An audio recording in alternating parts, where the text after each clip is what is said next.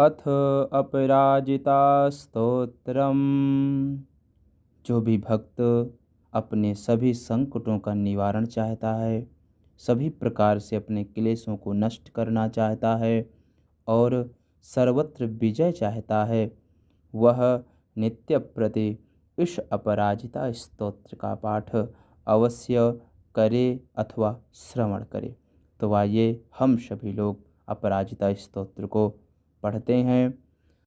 अथ अपराजिता स्तोत्रम्। श्रीगणेशाय नमः। ॐ अस्य श्री अपराजिता मन्त्रस्य वेदव्यास ऋषिरनुष्टुप् छन्दः। क्लीं बीजं ॐ शक्तिः सर्वाभीष्टसिद्ध्यर्थे जपे पाठे विनियोगः। मार्कण्डेय उवाच। शृणुध्वं मुनयः सर्वे सर्वकामार्थसिद्धिदाम् असिद्धसाधिनीं देवीं वैष्णवीमपराजितां। ध्यानं नीलोत्पलदलश्यामां भुजङ्गाभरणोज्ज्वलां बालेन्दुमौलिसदृशीं नयनत्रयत्रान्वितां शङ्खचक्रधरां देवीं वरदां भयशालिनीं पीनोत्तुङ्गस्तनिषाध्वीं बद्धपद्मासनां शिवाम् अजितां चिन्तयेद्देवीं वैष्णवीमपराजितां।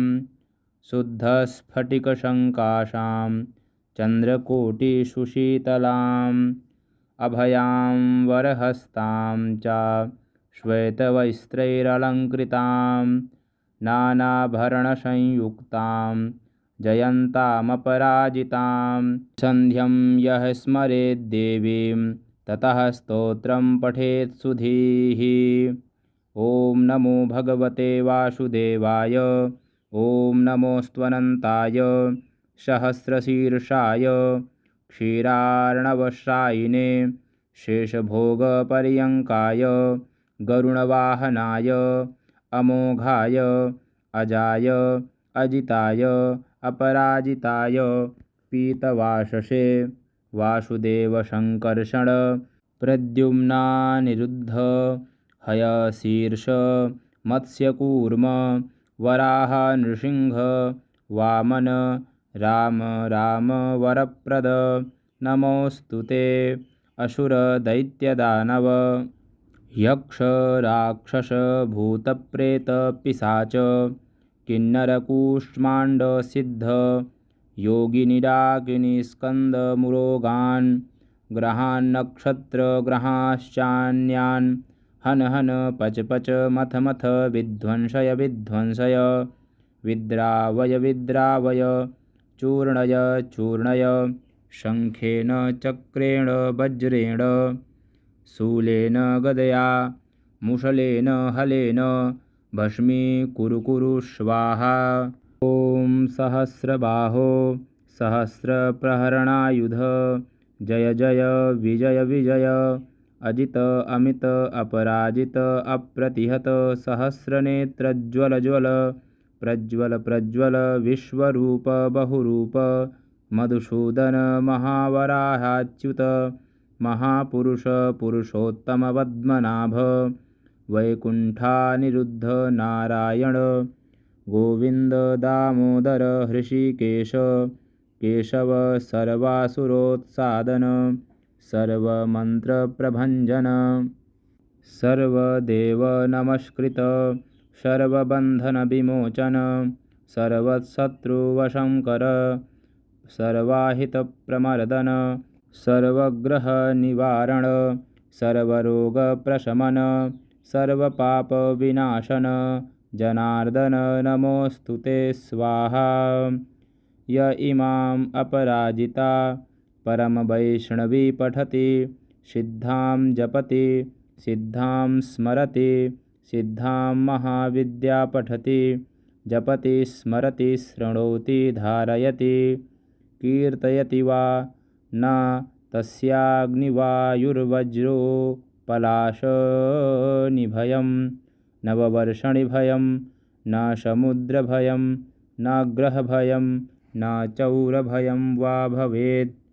क्वचिद्रात्र्यन्धकारस्त्रीराज कुबिसोप विषगरलवशीकरण विद्योषोच्चाटन बधबन्धनभयं वा न भवेत्। एतैर्मन्त्रैः सदा हतैः सिद्धैः ससिद्धपूजितैः तद्यथा। ॐ नमस्ते स्त्वनघे जिते पराजिते पठति सिद्ध्ये पठति सिद्धे जपति सिद्धे जपति सिद्धे स्मरति सिद्धे। महाविद्ये एकादशे उभे ध्रुवे अरुन्धति सावित्री भयत्री जातवेदसे मानस्तोके सरस्वती धरणी धारिणी सौदामिनी अदिति गौरी गान्धारी मातंगी कृष्णे यशोदे सत्यवादिनी ब्रह्मवादिनी काली कपाली करालनेत्रे सद्योपयाचित करिजलगलस्थलगत मन्तरिक्षंगं वामां रक्ष रक्ष सर्वभूतेभ्यः सर्वोपद्रवेभ्यः स्वाहा। यस्यां प्रणश्यते पुष्पं गर्भो वा पतते यदि म्रियन्ते बालकाः यस्याः काकबन्ध्या च या भवेत्। भूर्जपत्रे त्वां विद्यां लिखित्वा धारयेद्यदि एतैर्दोषैनं लिप्येत सुभगा पुत्रिणी भवेत्। शस्त्रं वार्यते हेषा समरे काण्डवारिणी गुल्मशूलाक्षिरोगाणां क्षिप्रं नाशयते व्यथां। शिरोरोगज्वराणां च नाशनी सर्वदेहिनां। तद्यथा एकाहिक द्वयाहिक त्रयाहिक चातुर्थिकार्धमासिक द्वैमासिक त्रयामासिक चातुर्मासिक पंचमासिक षाण्मासिक वातिक पैतिक श्लैष्मिक सान्निपातिक शतज्वर विषमज्वराणां नाशिनी सर्वदेहिनां। ओम हर हर काली शर शर गौरी धम धम विद्ये आले ताले माले गंधे पच पच विद्ये मथ मथ विद्ये नाशय पापं हर दुःस्वप्नं विनाशय मातः रजनिसन्ध्ये दुन्दुभिनादे मानसवेगे शङ्खिनी चक्रिणी वज्रिणी शूलिनी अपमृत्युविनाशिनी विश्वेश्वरी द्राविणी द्राविणी केशवदयिते पशुपति सहिते दुन्दुभिनादे मानसवेगे दुन्दुभि दमनी शबरी किराती मातंगी। ओम ह्रां ह्रीं ह्रूं ह्रैं ह्रौं ह्रः। ओम ओम श्रां श्रीं श्रूं श्रैं स्रौं स्रः। ओम क्ष्वौ तुरु तुरु स्वाहा। ओम एक्ष्मां दुषन्ति प्रत्यक्ष परोक्ष वा तान् दम दम मर्दय मर्दय पातय पातय शोषय शोषय उत्सादय उत्सादय। ब्रह्माणि महेश्वरी वैष्णवी वैनायकी कौमारी नारसिंही ऐन्द्री चैन्द्री आग्नेयी चामुण्डे वारुणी वायव्ये रक्ष रक्ष प्रचण्ड विद्ये। ओम इंद्रोपेन्द्र भगनी जये विजये शांति पुष्टि तुष्टि विवर्धिनी कामांशुके कामदुघे सर्वकामफलप्रदे सर्वभूतेषु मां प्रियं कुरु कुरु स्वाहा। आकर्षिणी आवेशिनी तापिनी धरणी धारणी मदोन्मादिनी शोषणी सम्मोहिनी महानीले नीलपताके महागौरी महाप्रिये महामान्द्रिका महाशौरी महामायूरी आदित्यरश्मिनी जाह्नवी यमघण्टे किलिकिलि चिन्तामणि सुरभि सुरोत्पन्ने सर्वकामदुघे यथाभिलषितं कार्यं तन्मे सिद्ध्यतु स्वाहा। ओम भूः स्वाहा ओम भुवः स्वाहा ओम स्वः स्वाहा ओम भूर्भुवः स्वः स्वाहा। ओम यत एवागतं पापं तत्रैव प्रतिगच्छतु स्वाहा। ॐ बले बले महाबले असिद्धि साधिनि स्वाहा इति श्रीत्रैलोक्यविजया अपराजिता स्तोत्रम्। श्री जगदम्बार्पणमस्तु। अथ अपराजिता स्तोत्रम्। श्रीगणेशाय नमः। ॐ अस्य श्री अपराजिता मन्त्रस्य वेदव्यास ऋषिरनुष्टुप् छन्दः। क्लीं बीजं ॐ शक्तिः सर्वाभीष्टसिद्ध्यर्थे जपे पाठे विनियोगः। मार्कण्डेय उवाच शृणुध्वं मुनयः सर्वे सर्वकामार्थसिद्धिदाम् असिद्धसाधिनीं देवीं वैष्णवीमपराजितां।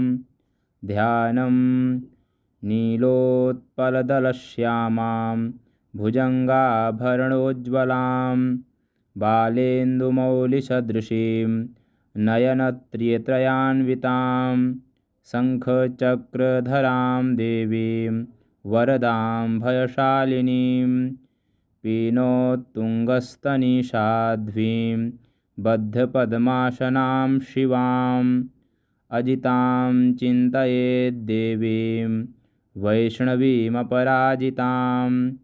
शुद्धस्फटिकसङ्काशां चन्द्रकोटिसुशीतलाम् अभयां वरहस्तां च श्वेतवस्त्रैरलङ्कृतां नानाभरणसंयुक्तां जयन्तामपराजितां। सन्ध्यं यः स्मरेद्देवीं ततः स्तोत्रं पठेत् सुधीः। ॐ नमो भगवते वासुदेवाय। ॐ नमोऽस्त्वनन्ताय सहस्रशीर्षाय क्षीरार्णवशायिने शेषभोगपर्यङ्काय गरुणवाहनाय अमोघाय अजाय अजिताय अपराजिताय पीतवाससे वासुदेवसङ्कर्षण प्रद्युम्नानिरुद्ध हयशीर्ष मत्स्यकूर्म वराह नृसिंह वामन राम राम वरप्रद नमोऽस्तु ते। असुर दैत्यदानव यक्ष राक्षस भूतप्रेत पिशाच किन्नरकूष्माण्ड सिद्ध योगिनिडाकिनीस्कन्दमुरोगान् ग्रहान्नक्षत्रग्रहाश्चान्यान् हन हन पच पच मथ मथ विध्वंसय विध्वंसय विद्रावय विद्रावय चूर्णय चूर्णय शङ्खेन चक्रेण वज्रेण शूलेन गदया मुसलेन हलेन भस्मीकुरु कुरु स्वाहा।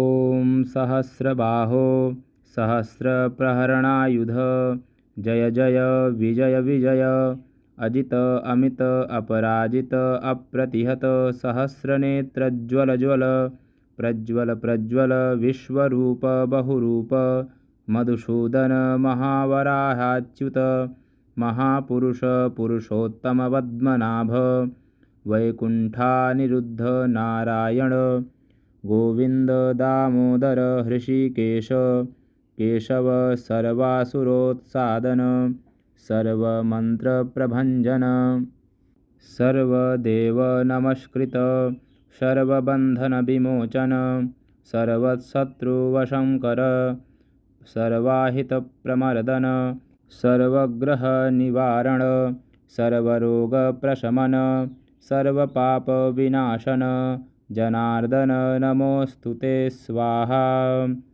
य इमाम् अपराजिता परमवैष्णवी पठति सिद्धां जपति सिद्धां स्मरति सिद्धां महाविद्या पठति जपति स्मरति शृणोति धारयति कीर्तयति वा न तस्याग्निवायुर्वज्रोपलाशनिभयं नववर्षणिभयं न समुद्रभयं न ग्रहभयं न चौरभयं वा भवेत्।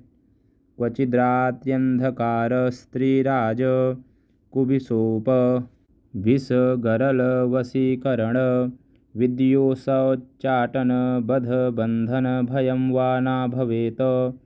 एतैर्मन्त्रैः सदा हतैः सिद्धैः ससिद्धपूजितैः तद्यथा। ॐ नमस्ते स्त्वनघे जिते पराजिते पठति सिद्ध्ये पठति सिद्धे जपति सिद्धे जपति सिद्धे स्मरति सिद्धे। महाविद्ये एकादशे उभे ध्रुवे अरुन्धति सावित्री भयत्री जातवेदसे मानस्तोके सरस्वती धरणी धारिणी सौदामिनी अदिति गौरी गान्धारी मातंगी कृष्णे यशोदे सत्यवादिनी ब्रह्मवादिनी काली कपाली करालनेत्रे सद्योपयाचित करिजल गलस्थल गत मन्तरिक्षंगं वामां रक्ष रक्ष सर्वभूतेभ्यः सर्वोपद्रवेभ्यः स्वाहा।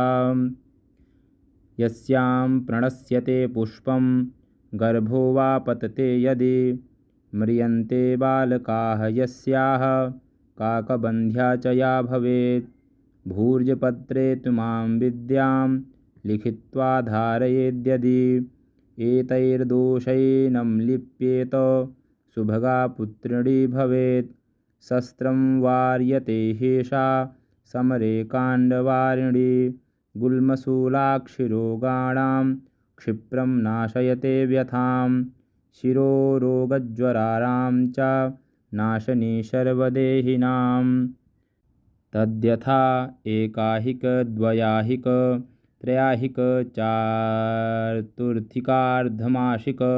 द्वैमासिक त्रयामासिक चातुर्मासिक पंचमासिक षाण्मासिक वातिक पैतिक श्लैष्मिक सान्निपातिक शतज्वर विषमज्वराणां नाशिनी सर्वदेहिनां।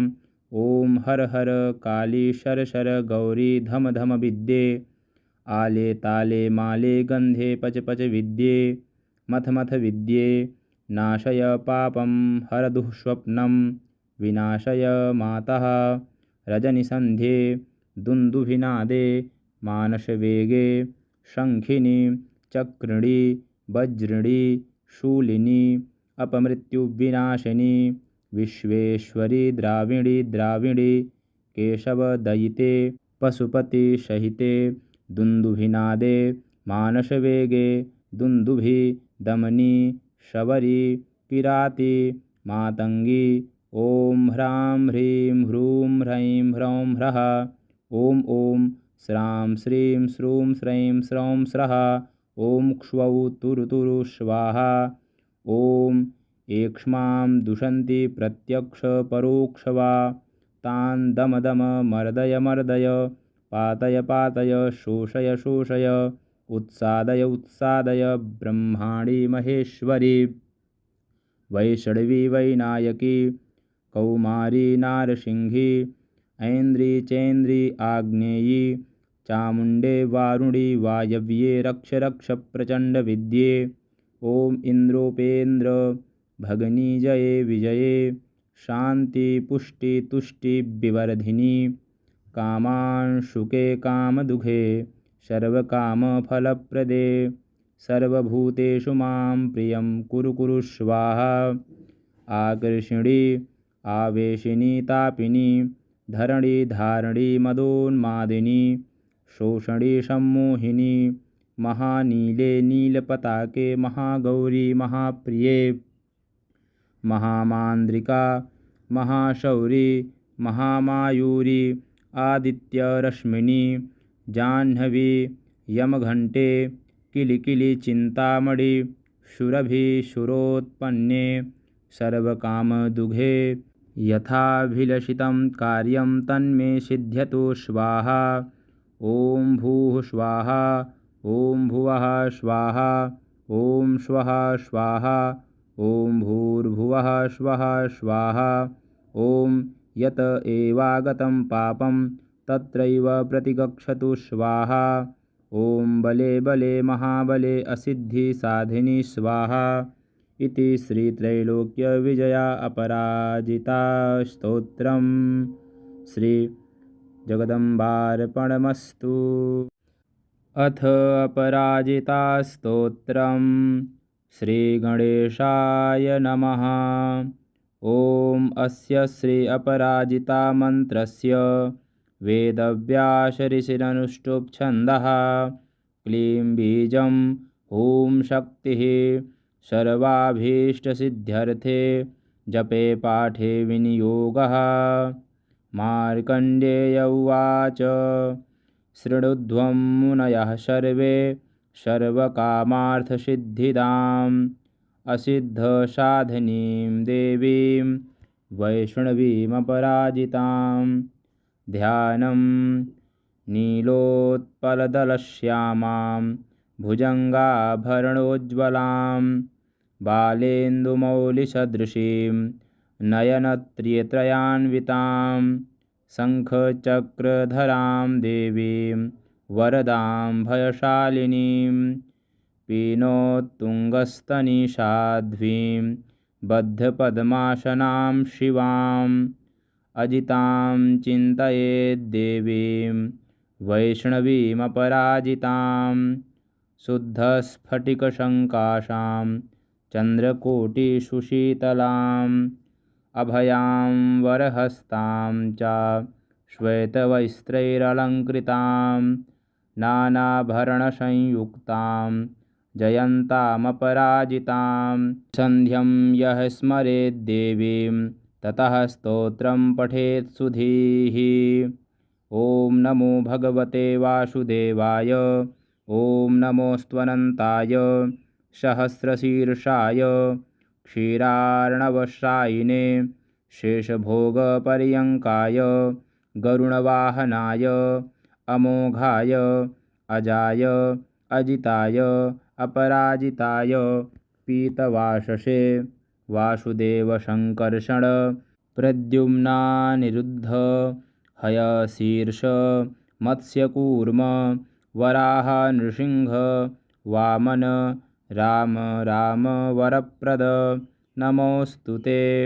असुरदैत्यदानव यक्ष राक्षस भूतप्रेत पिशाच किन्नरकूष्माण्ड सिद्ध योगिनिडाकिनीस्कन्दमुरोगान् ग्रहान्नक्षत्रग्रहाश्चान्यान् हन हन पच पच मथ मथ विध्वंसय विध्वंसय विद्रावय विद्रावय चूर्णय चूर्णय शङ्खेन चक्रेण वज्रेण शूलेन गदया मुसलेन हलेन भस्मीकुरु कुरु स्वाहा।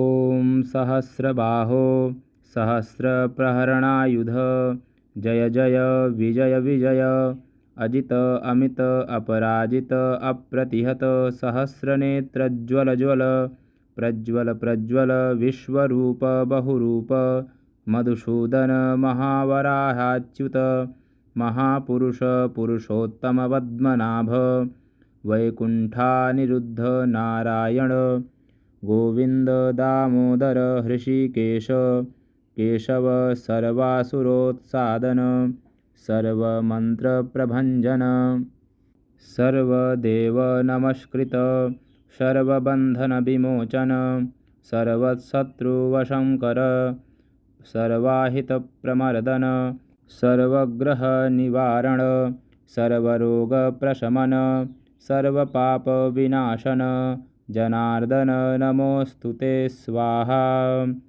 य इमाम् अपराजिता परमवैष्णवी पठति सिद्धां जपति सिद्धां स्मरति सिद्धां महाविद्या पठति जपति स्मरति शृणोति धारयति कीर्तयति वा न तस्याग्निवायुर्वज्रोपलाशनिभयं नववर्षणिभयं न समुद्रभयं न ग्रहभयं न चौरभयं वा भवेत्।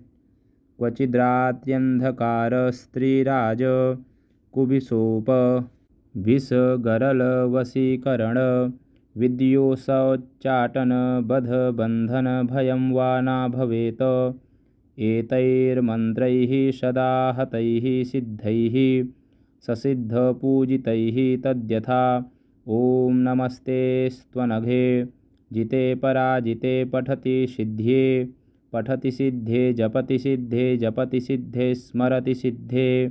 महाविद्ये एकादशे उभे ध्रुवे अरुन्धति सावित्री भयत्री जातवेदसे मानस्तोके सरस्वती धरणी धारिणी सौदामिनी अदिति गौरी गान्धारी मातंगी कृष्णे यशोदे सत्यवादिनी ब्रह्मवादिनी काली कपाली करालनेत्रे सद्योपयाचित करिजलगलस्थल गत मन्तरिक्षंगं वामां रक्ष रक्ष सर्वभूतेभ्यः सर्वोपद्रवेभ्यः स्वाहा। यस्यां प्रणश्यते पुष्पं गर्भो वा पतते यदि म्रियन्ते बालकाः यस्याः काकबन्ध्या च या भवेत्। भूर्जपत्रे तु मां विद्यां लिखित्वा धारयेद्यदि एतैर्दोषैनं लिप्येत सुभगा पुत्रिणी भवेत्। शस्त्रं वार्यते ह्येषा समरे काण्डवारिणी गुल्मशूलाक्षिरोगाणां क्षिप्रं नाशयते व्यथां शिरोरोगज्वराणां च नाशनी सर्वदेहिनां। तद्यथा एकाहिक द्वयाहिक त्रयाहिक चातुर्थिकार्धमासिक द्वैमासिक त्रयामासिक चातुर्मासिक पंचमासिक षाण्मासिक वातिक पैतिक श्लैष्मिक सान्निपातिक शतज्वर विषमज्वराणां नाशिनी सर्वदेहिनां। ॐ हर हर काली शर शर गौरी धम धम विद्ये आले ताले माले गंधे पच पच विद्ये मथ मथ विद्ये नाशय पापं हर दुःस्वप्नं विनाशय मातः रजनिसन्ध्ये दुन्दुभिनादे मानसवेगे शङ्खिनी चक्रिणी वज्रिणी शूलिनी अपमृत्युविनाशिनी विश्वेश्वरी द्राविणी द्राविणी केशवदयिते पशुपतिसहिते दुन्दुभिनादे मानसवेगे दुन्दुभि दमनी शबरी किराती मातंगी। ॐ ह्रां ह्रीं ह्रूं ह्रैं ह्रौं ह्रः। ॐ ॐ श्रां श्रीं श्रूं श्रैं स्रौं स्रः। ॐ क्ष्वौ तुरु स्वाहा। ॐ एक्ष्मां दुषन्ति प्रत्यक्ष परोक्ष वा तान् दम दम मर्दय मर्दय पातय पातय शोषय शोषय उत्सादय उत्सादय ब्रह्माणि महेश्वरी वैष्णवी वैनायकी कौमारी नारसिंही ऐन्द्री चैन्द्री आग्नेयी चामुण्डे वारुणी वायव्ये रक्ष रक्ष प्रचण्ड विद्ये। ॐ इन्द्रोपेन्द्र भगनी जये विजये शांति पुष्टि तुष्टि विवर्धिनी कामांशुके कामदुघे सर्वकामफलप्रदे सर्वभूतेषु मां प्रियं कुरु कुरु स्वाहा।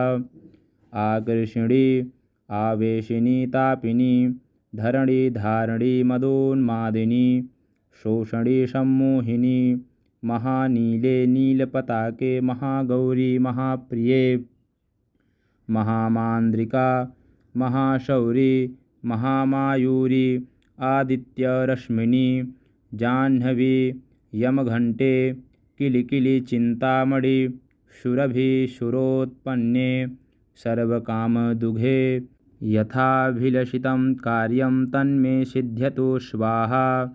ॐ भूः स्वाहा ॐ भुवः स्वाहा ॐ स्वः स्वाहा ॐ भूर्भुवः स्वः स्वाहा। ॐ यत एवागतं पापं तत्रैव प्रतिगच्छतु स्वाहा। ॐ बले बले महाबले असिद्धि साधिनी स्वाहा। इति श्रीत्रैलोक्य विजया अपराजिता स्तोत्रम्। श्री जगदम्बार्पणमस्तु। अथ अपराजितास्तोत्रम्। श्रीगणेशाय नमः। ॐ अस्य श्री अपराजिता मन्त्रस्य वेदव्यास ऋषिरनुष्टुप् छन्दः। क्लीं बीजं ॐ शक्तिः सर्वाभीष्टसिद्ध्यर्थे जपे पाठे विनियोगः। मार्कण्डेय उवाच शृणुध्वं मुनयः सर्वे सर्वकामार्थसिद्धिदाम् असिद्धसाधिनीं देवीं वैष्णवीमपराजितां। ध्यानं नीलोत्पलदलश्यामां भुजङ्गाभरणोज्ज्वलां बालेन्दुमौलिसदृशीं नयनत्रयत्रान्वितां शङ्खचक्रधरां देवीं वरदां भयशालिनीं पीनोत्तुङ्गस्तनिषाध्वीं बद्धपद्मासनां शिवाम् अजितां चिन्तयेद्देवीं वैष्णवीमपराजितां। शुद्धस्फटिकसङ्काशां चन्द्रकोटिसुशीतलाम् अभयां वरहस्तां च श्वेतवस्त्रैरलङ्कृतां नानाभरणसंयुक्तां जयन्तामपराजितां। सन्ध्यं यः स्मरेद्देवीं ततः स्तोत्रं पठेत् सुधीः। ॐ नमो भगवते वासुदेवाय। ॐ नमोऽस्त्वनन्ताय सहस्रशीर्षाय क्षीरार्णवशायिने शेषभोगपर्यङ्काय गरुणवाहनाय अमोघाय अजाय अजिताय अपराजिताय पीतवाससे वासुदेवसङ्कर्षण प्रद्युम्नानिरुद्ध हयशीर्ष मत्स्यकूर्म वराह नृसिंह वामन राम राम वरप्रद नमोऽस्तु ते। असुरदैत्यदानव यक्ष राक्षस भूतप्रेत पिशाच किन्नरकूष्माण्ड सिद्ध योगिनिडाकिनीस्कन्दमुरोगान् ग्रहान्नक्षत्रग्रहाश्चान्यान् हन हन पच पच मथ मथ विध्वंसय विध्वंसय विद्रावय विद्रावय चूर्णय चूर्णय शङ्खेन चक्रेण वज्रेण शूलेन गदया मुसलेन हलेन भस्मीकुरु कुरु स्वाहा। ॐ सहस्रबाहो सहस्रप्रहरणायुध जय जय विजय विजय अजित अमित अपराजित अप्रतिहत सहस्रनेत्रज्वल ज्वल प्रज्वल प्रज्वल विश्वरूप बहुरूप मधुसूदन महावराहाच्युत महापुरुष पुरुषोत्तम पद्मनाभ वैकुण्ठानिरुद्ध नारायण गोविन्द दामोदर हृषीकेश केशव सर्वासुरोत्सादन सर्वमन्त्रप्रभञ्जन सर्वदेवनमस्कृत सर्वबन्धनविमोचन सर्वशत्रुवशङ्कर सर्वाहितप्रमर्दन सर्वग्रहनिवारण सर्वरोगप्रशमन सर्वपापविनाशन जनार्दन नमोऽस्तु ते स्वाहा। य इमाम् अपराजिता परमवैष्णवी पठति सिद्धां जपति सिद्धां स्मरति सिद्धां महाविद्या पठति जपति स्मरति शृणोति धारयति कीर्तयति वा न तस्याग्निवायुर्वज्रोपलाशनिभयं नववर्षणिभयं न समुद्रभयं न ग्रहभयं न चौरभयं वा भवेत्।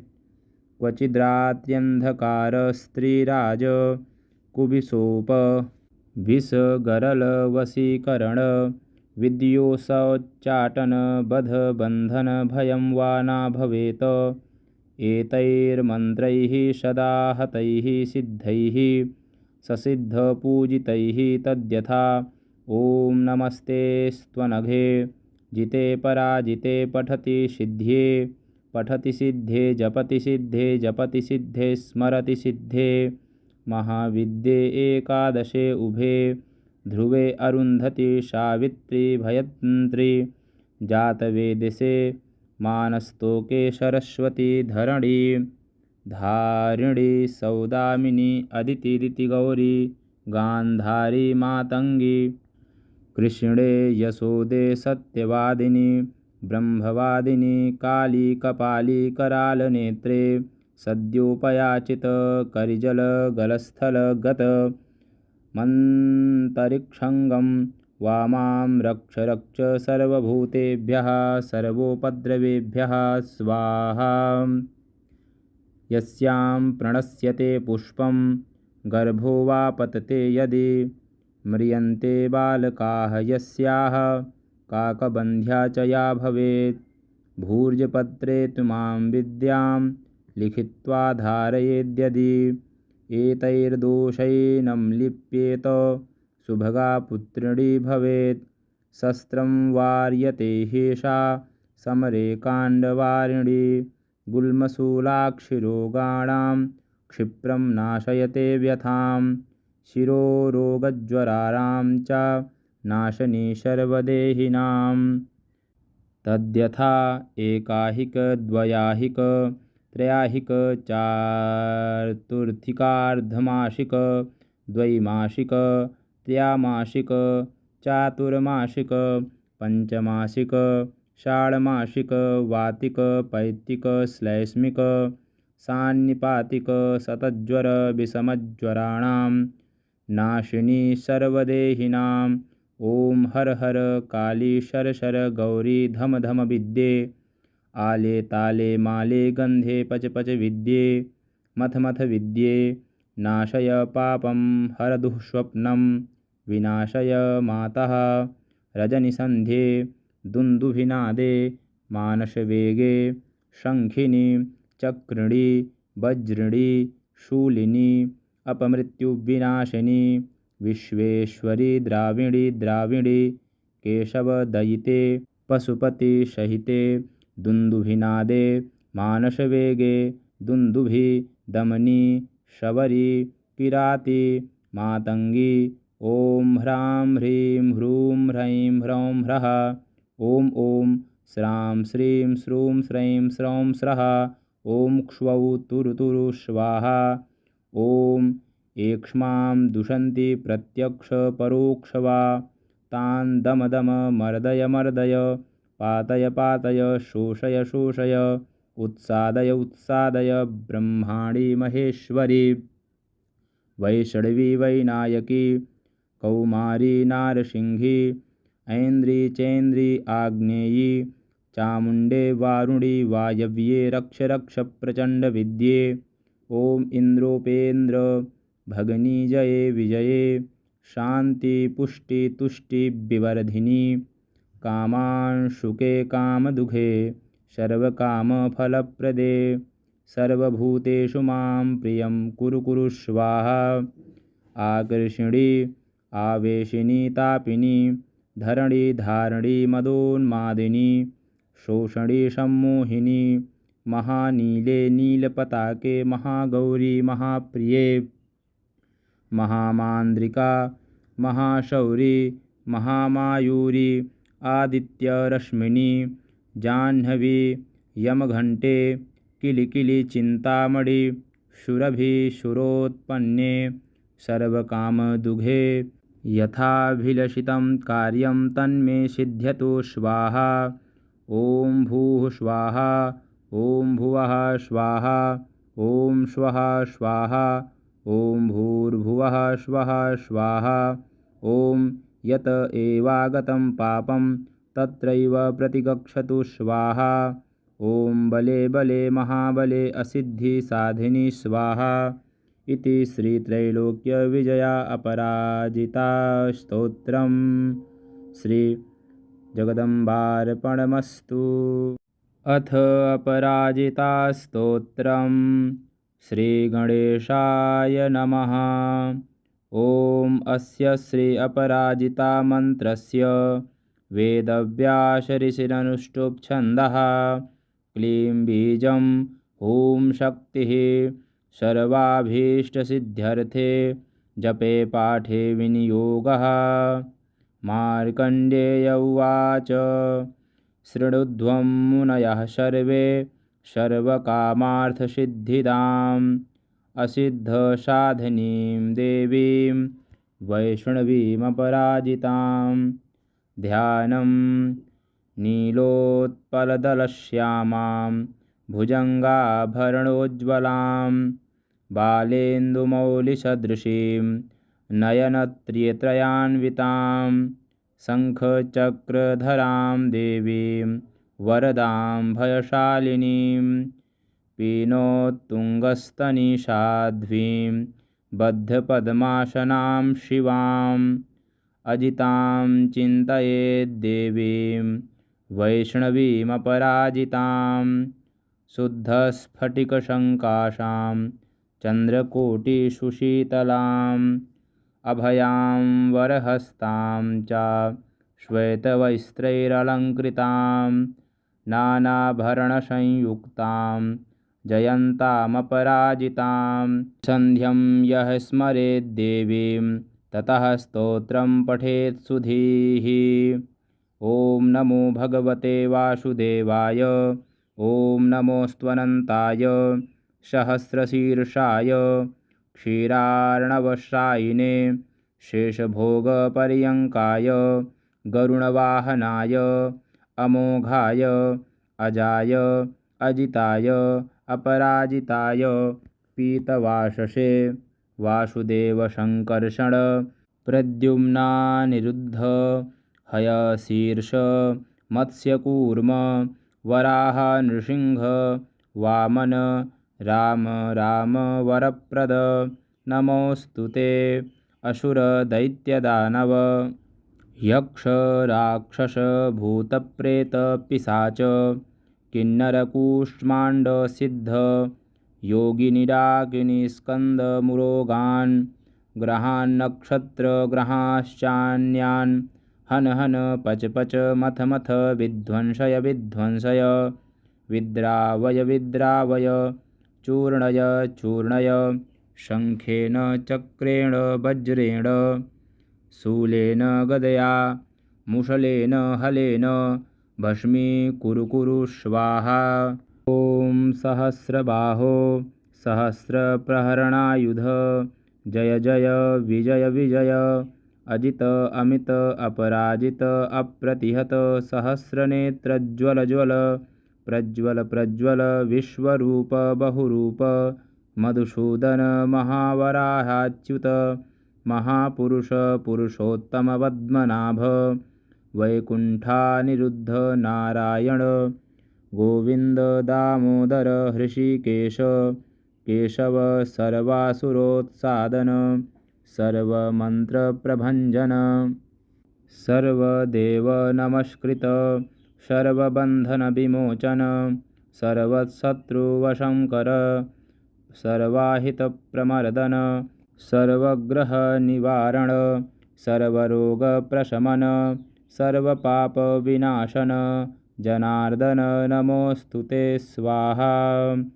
य इमाम् अपराजिता परमवैष्णवी पठति सिद्धां जपति सिद्धां स्मरति सिद्धां महाविद्या पठति जपति स्मरति शृणोति धारयति कीर्तयति वा न तस्याग्निवायुर्वज्रोपलाशनिभयं नववर्षणिभयं न समुद्रभयं न ग्रहभयं न चौरभयं वा भवेत्। क्वचिद्रात्यन्धकारस्त्रीराज कुबिसोप विषगरलवशीकरण विद्योषोच्चाटन बधबन्धन भयं वा न भवेत्। एतैर्मन्त्रैः सदा हतैः सिद्धैः ससिद्धपूजितैः तद्यथा। ॐ नमस्ते स्त्वनघे जिते पराजिते पठति सिद्ध्ये पठति सिद्धे जपति सिद्धे स्मरति सिद्धे महाविद्ये एकादशे उभे ध्रुवे अरुन्धति सावित्री भयत्री जातवेदिसे मानस्तोके सरस्वती धरणी धारिणी सौदामिनी अदिति गौरी गान्धारी मातंगी कृष्णे यशोदे सत्यवादिनी ब्रह्मवादिनी काली कपाली करालनेत्रे सद्योपयाचित करिजल गलस्थल गत मन्तरिक्षंगं वामां रक्ष रक्ष सर्वभूतेभ्यः सर्वोपद्रवेभ्यः स्वाहा यस्यां प्रणश्यते पुष्पं गर्भो वा पतते यदि म्रियन्ते बालकाः यस्याः काकबन्ध्या च या भवेत् भूर्जपत्रे तुमां विद्यां लिखित्वा धारयेद्यदि एतैर्दोषैनं लिप्येत सुभगा पुत्रिणी भवेत् शस्त्रं वार्यते हेषा समरे काण्डवारिणी गुल्मशूलाक्षिरोगाणां क्षिप्रं नाशयते व्यथां शिरोरोगज्वराणां च नाशनी सर्वदेहिनां तद्यथा एकाहिक द्वयाहिक त्रयाहिक चातुर्थिकार्धमासिक द्वैमासिक त्रयामासिक चातुर्मासिक पंचमासिक षाण्मासिक वातिक पैतिक श्लैष्मिक सान्निपातिक शतज्वर विषमज्वराणां नाशिनी सर्वदेहिनां ओम हर हर काली शर शर गौरी धम धम विद्ये आले ताले माले गंधे पच पच विद्ये मथ मथ विद्ये नाशय पापं हर दुःस्वप्नं विनाशय मातः रजनिसन्ध्ये दुन्दुभिनादे मानसवेगे शङ्खिनी चक्रिणी वज्रिणी शूलिनी अपमृत्युविनाशिनी विश्वेश्वरी द्राविणी केशवदयिते पशुपति सहिते दुन्दुभिनादे मानसवेगे दुन्दुभि दमनी शबरी किराती मातंगी ओम ह्रां ह्रीं ह्रूं ह्रैं ह्रौं ह्रः ओम ओम श्रां श्रीं श्रूं श्रैं स्रौं स्रः ओम क्ष्वौ तुरु तुरु स्वाहा ओम एक्ष्मां दुषन्ति प्रत्यक्ष परोक्ष वा तान् दम दम मर्दय मर्दय पातय पातय शोषय शोषय उत्सादय उत्सादय ब्रह्माणी महेश्वरी वैष्णवी वैनायकी कौमारी नारसिंही ऐन्द्री चैन्द्री आग्नेयी चामुण्डे वारुणी वायव्ये रक्ष रक्ष प्रचण्ड विद्ये ओम इंद्रोपेन्द्र भगनी जये विजये शांति पुष्टि तुष्टि विवर्धिनी कामांशुके कामदुघे सर्वकामफलप्रदे सर्वभूतेषु मां प्रियं कुरु कुरु स्वाहा आकर्षिणी आवेशिनी तापिनी धरणी धारणी मदोन्मादिनी शोषणी सम्मोहिनी महानीले नीलपताके महागौरी महाप्रिये महामान्द्रिका महाशौरी महामायूरी आदित्यरश्मिनी जाह्नवी यमघण्टे किलिकिलि चिन्तामणि सुरभि सुरोत्पन्ने सर्वकामदुघे यथाभिलषितं कार्यं तन्मे सिद्ध्यतु स्वाहा ओम भूः स्वाहा ओम भुवः स्वाहा ओम स्वः स्वाहा ओम भूर्भुवः स्वः स्वाहा ओम यत एवागतं पापं तत्रैव प्रतिगच्छतु स्वाहा ओम बले बले महाबले असिद्धि साधिनी स्वाहा इति श्रीत्रैलोक्य विजया अपराजिता स्तोत्रम् श्री जगदम्बार्पणमस्तु।